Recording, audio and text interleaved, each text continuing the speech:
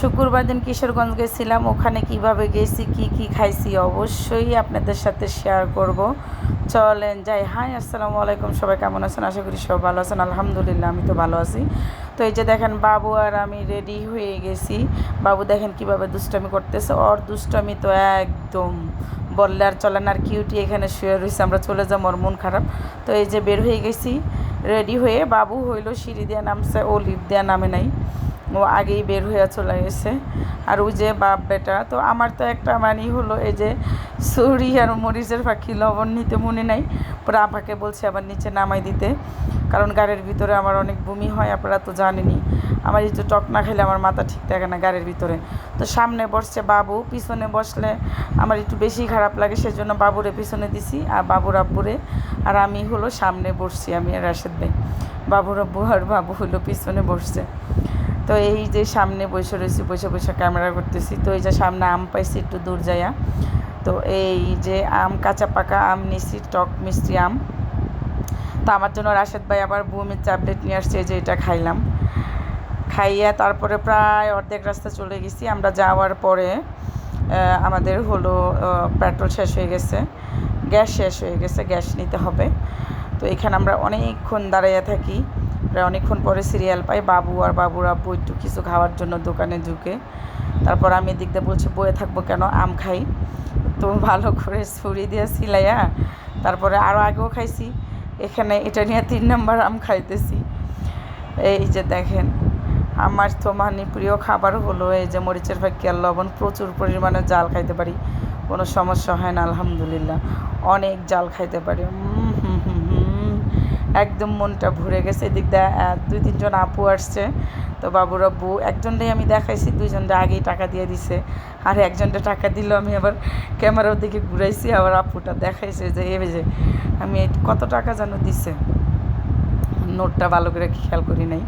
এই যে দেখেন আম খাইতেছি, আর বাবু এদিক দিয়ে খুব বিরক্ত করতেছে, ওরও দিতাম আম খাবে, মানে অনেক জ্বালাইতেছে, ওরে দেও দেও দেও। এই যে দেখেন, এই যে দেখছেন, ইচ্ছা মতো জাল দিয়ে দিছি। ও জাল খাইতে পারে, ও নিজে থেকে প্রচুর জাল খায়, আমরা প্রচুর জাল খাইতে পারি। বাবুরও জাল খাওয়া শিখেছে, ছোটোবেলা থেকে ও অনেক জাল খাইতে পারে, আলহামদুলিল্লাহ, ওর কোনো সমস্যা হয় না। এই যে দেখেন খাইতেছি, একদম মনটা শান্তি হয়ে যায়।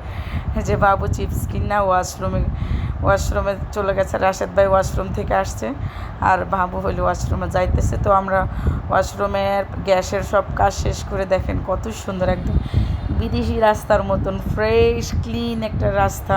গাজীপুরের এদিকে এটাকে যেন কি একটা জঙ্গল বলে, বন বলে, ভুলে গেছি, আমার এখন মনে নেই।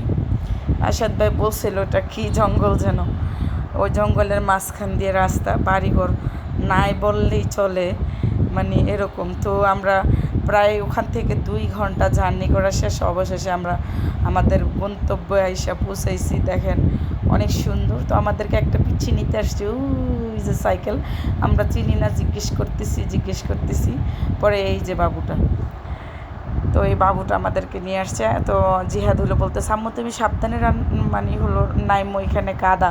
বাবু আমাকে হেল্প করতেছে কোন জায়গায় পাও দিমু।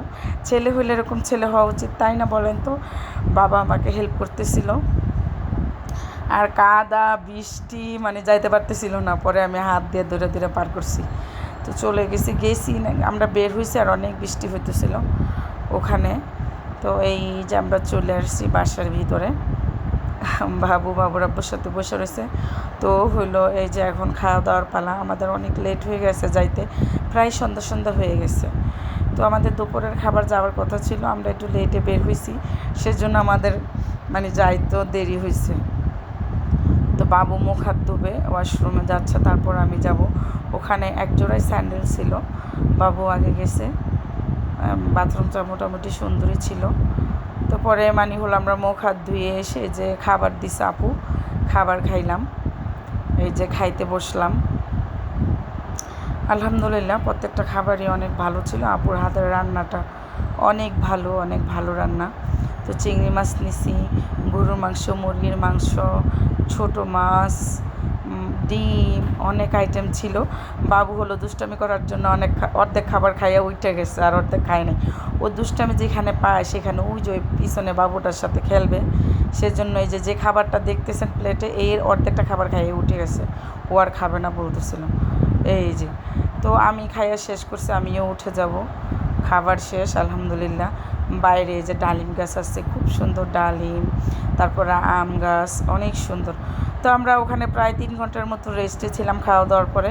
তারপর আমরা চলে আসি ওখান থেকে। অর্ধেক রাস্তায় আসার পরে এখানে হলো রাস্তায় দেখি যে একদম ক্ষেত থেকে উঠানো তাজা তাজা আনারস বিক্রি করতেছে।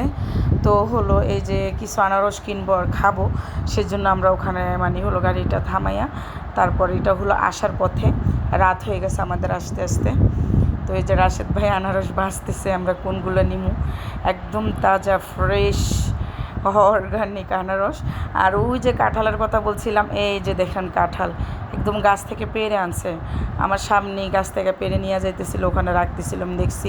এই যে দেখেন গাছের পাতা, কালকে যে ভিডিওটা আমি দিয়েছিলাম। তো এই যে দেখেন এটা কিনছে আমি 50 টাকা দিয়ে। আর এই যে আনারস বাইসা নিতেছে 2 আলের মতো নিছি না 10টার মতো নিছিলাম। আর আমরা ওখানে প্রায় 2টা না 3টা কেটে খাইছি। তো এই যে আনারস আর কাঁঠাল আর বাবুরে কাটতে দিছে, বাবুর আমরা সবাই মিলে খাইছি ওখানে। এই যে দিবেন আমাকে, আমি টানতাছি দেখে দিবে না, খেপে গেছে, তুমি টান দিস ওকে, আমার দিবে না। দেখেন কেমন পলাইতেছে।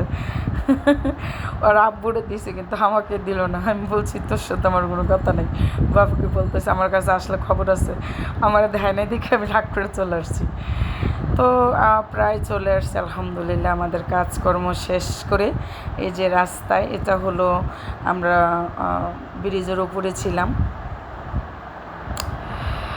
তো এই যে আমার ভিডিওটা আজকে কেমন হয়েছে অবশ্যই সবাই কমেন্টে জানাবেন। আর আজকে ঘুরে আমাদের কাছে অনেক ভালো লাগছে, অনেক ভালো লাগছে।